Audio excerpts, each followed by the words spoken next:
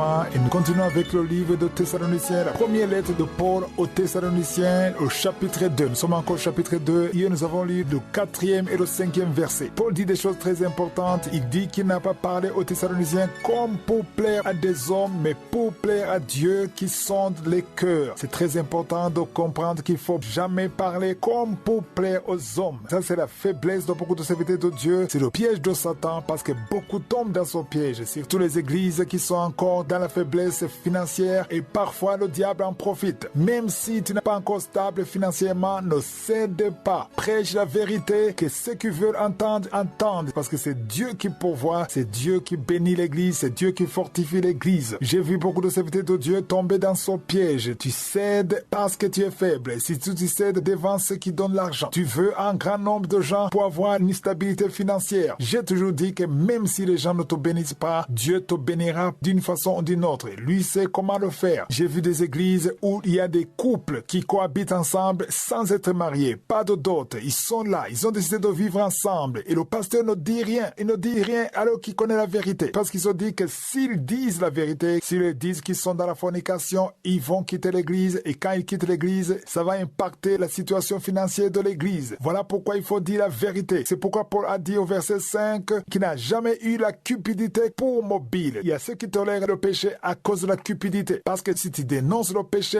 les gens vont t'abandonner. Je connais et j'ai entendu ceux qui ont abandonné d'écouter Kangoka à cause de l'émission de vendredi parce que je parle du péché, parce que je dénonce ceux qui ne donnent pas gloire à Dieu. Et certains même m'ont écrit. C'était au début. Ils m'ont écrit, d'autres m'ont parlé. Ils m'ont dit, Chris, il faut plus parler de ça. Ne parle plus des hommes qui couchent avec les hommes, des femmes qui couchent avec les femmes. Ne parle pas de l'habillement des femmes qui attirent les hommes. Et quand je leur dis que je ne peux pas ne pas en parler parce que c'est l'Esprit de Dieu qui me pousse à en parler, et je les ai vus abandonner et même désinstaller l'application de Kangoka. Ils disent, je ne veux plus écouter ça, je veux aller là où me dit ce que je veux entendre. Beaucoup de chrétiens abandonnent l'église. Quand tu vois des chrétiens qui quittent l'église, dans une année, ils quittent 2 églises et l'autre année, ils vont dans une autre église, ils quittent parce qu'ils cherchent là où on dit les choses qu'ils veulent entendre. Voilà pourquoi il faut dire la vérité. Même si les gens ne veulent pas entendre, il faut dire la vérité. Jésus disait la vérité. Jésus a dit dans Matthieu 18, verset 6, il a dit, si quelqu'un scandalisait un de ces petits qui croit en moi, il vaudrait mieux pour lui qu'on suspendit à son cou une meule de moulin et qu'on le jeta au fond de la mer. Ça, ce sont des paroles de Jésus. Si tu dis ça, on dit que tu es radical. Mais c'est Jésus qui disait ça. Parce qu'il a dit au verset 7, malheur au monde à cause des scandales. Car il est nécessaire qu'il arrive des scandales, mais malheur à l'homme par qui le scandale arrive. Jésus montrait qu'il ne fallait pas être une pierre d'achoppement. C'est pour ça qu'il y a des filles et des femmes qui m'ont toujours attaqué chaque fois que je disais